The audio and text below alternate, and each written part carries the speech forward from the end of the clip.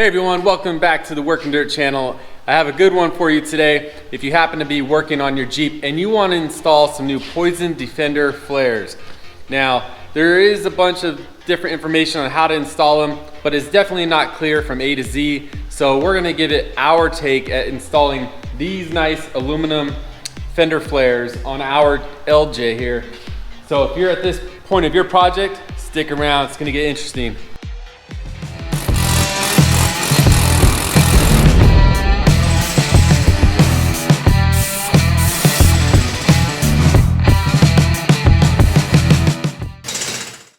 So what we actually purchased from Poison Spyder was the 5-inch tapered Defender flares, and they're made out of 3/16 aluminum. They're really nice, but one thing we got to do before installing them is prep them for a little paint, because after fabrication they, I think, de-ate it, sand it with something rough. You could feel it. So we're going to go over it with like some 220 or 320 and get it a little smoother for our nice rattle can paint job. And then we also opted for the inner fender vent kit, which is kind of like a honeycomb design, pretty cool. So that way we can get rid of the old sheet metal on the inside, because you can either install the fender flares on the old sheet metal that is your inner fender, or get their kit and install it all as one unit. So that's what we're gonna do. They give you the hardware to attach everything together, which is very nice. The products that you get from them are very quality. I mean, it's just laser cut, it's very nice. And then we think in the future too, or near future, instead of installing, I'm sorry, Poison, their Spyder plate, I think we're gonna get our logo put on a piece of metal so that when you put it right in there, you'll see it, and that's right in front of the Jeep tub over there in the corner. So we're gonna get our nice gear logo, if it's affordable, put in there, and that'll be nice, right? Yep. That was the idea of the missus over there. She's got a little campfire going on. I mean, what kind of shop is this? It's a comfy shop. It's a comfy shop. Shop about to do some dirt and work. Oh, and this kit, I forget if we had to get it separate or it came with it, but to use their Defender flare, I think it's separate and you opt for it. They give you a different battery bracket, so it's a lot beefier and stronger to hold the weight, and that goes right in there. Again, laser cut, very nice, everything fits great. So we'll give that a little paint and love. All right, you always got to make room for a paint booth in your shop when you have one, because you're going to be painting something. Got to get the shaking process in. Do the running shake. Try the running shake. There you go. Yeah, see? Yeah, it works good, huh? So we're going out with the John Deere green to go with a moss pearl green that Jeep used in 2000, like 98 to 2004, I think. The paint code is PJN and or QJN. They use two. It's kind of weird. Check out John Tran, Mr. Koshi Ramen Bar. No, he's not Grubhub. He is the actual man. DoorDash. I got a DoorDash for Joel. Oh, thank you, sir. Here, let me just bring it in there. I got it. Okay, our gold sacks of money for you are sitting in the shop. Hi.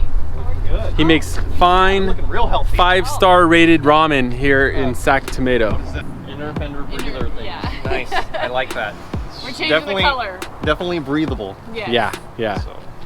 I think the color is much better.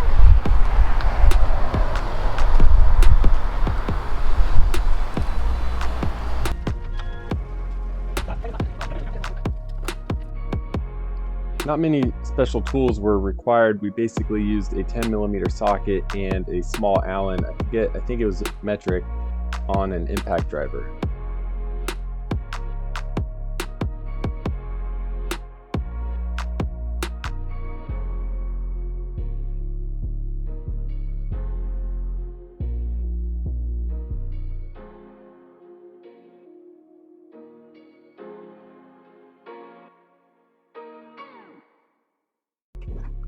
It was hard to tell from the instructions which panel overlapped which, so this is a good part of the video where you can freeze and kind of see which one we put where. All right, I don't know if you guys have bought any Poison Spyder products before, but I will say they do precision work. It is very nice craftsmanship. You can see the TIG welds through the paint are nice and beaded. I mean, just very nice work, which is a shame that I had to rattle can them, but hey, at least we spent the money where it matters, which is on the actual fender. And this is 3/16 aluminum, where our old metal fenders, I mean, I recorded the weight. I think the pair was like, I don't know, like 40 pounds. And this is probably half of that weight. I'll weigh it. But they give you stainless steel hardware, very nice hardware for each pack. And the instructions are pretty wordy and pretty thorough, but there's just, the pictures aren't the greatest. So it's kind of hard, you know, to see. As you can see, they're dark. So that's why I'm doing this installation, because it's just, we all like color photos and videos if we can have them.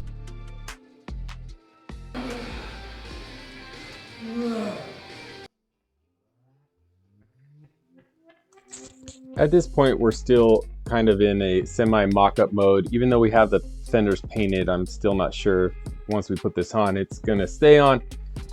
With that said, we first attached the front clip that holds the radiator using those horizontal bars you see at the top of the screen, and we first attached the side closest to the tub using the 4 bolts that come factory. And we first tapped and cleaned every thread possible to prevent, you know, seizing in the future using anti-seize.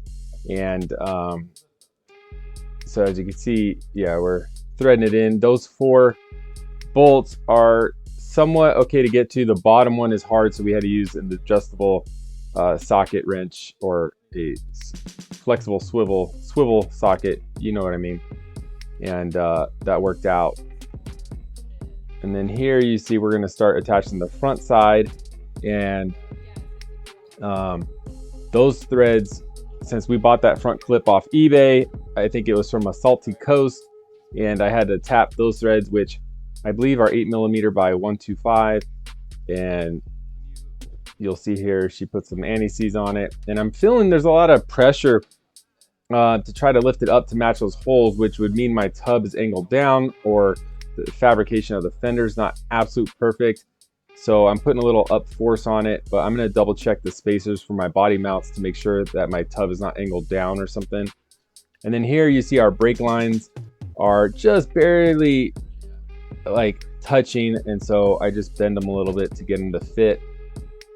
That's what this whole process is for, just to make sure nothing gets abraded or ruptures during trail driving. And here we are attaching the honeycomb this is actually the fender portion going to the front clip, and then the honeycomb portion will attach here in just a second. But that was interesting because the honeycomb piece, as you can see here, is hard to flex in, which I don't know if it just wasn't bent perfectly. I looked at other guys and it seemed like theirs attached a little better.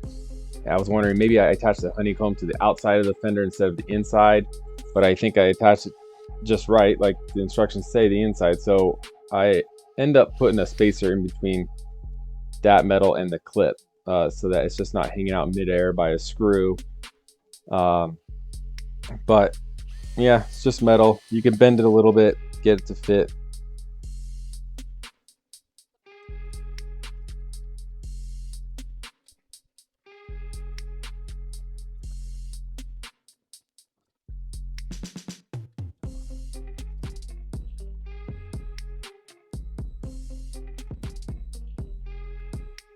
Now, trying to install the battery tray was a little odd. I don't know what step I missed or what, but the tray didn't fit perfectly with the holes that were provided. So I drilled some new holes in the battery tray to get it to fit, which might have been the best way anyways, because I could put it exactly where I want. As you see here, I'm trying to shove it through the little side hole.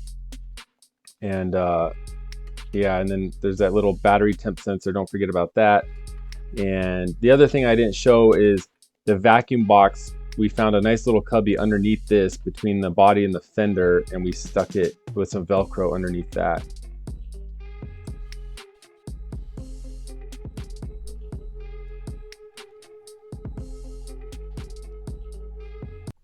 Okay, here's a final look at our finished product.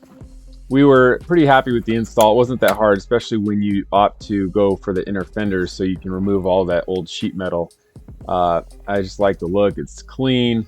As you can see here, it's a little dirty because we put it to use, but no major issues. And yeah, we still need to get the laser etched logos to go in there on the sides, but I just wanted to give you guys a finished assembled look. And we need to paint those screws on the front clip black so they're not, you know, silver like that, but we're pretty stoked. And then here is a picture of the vacuum box. That's where we used a little Velcro and stuck it right in there, and it fit nicely. But hope you guys enjoyed. We got a lot of other videos that we're trying to get out, and so stick around and we'll see you at the next one.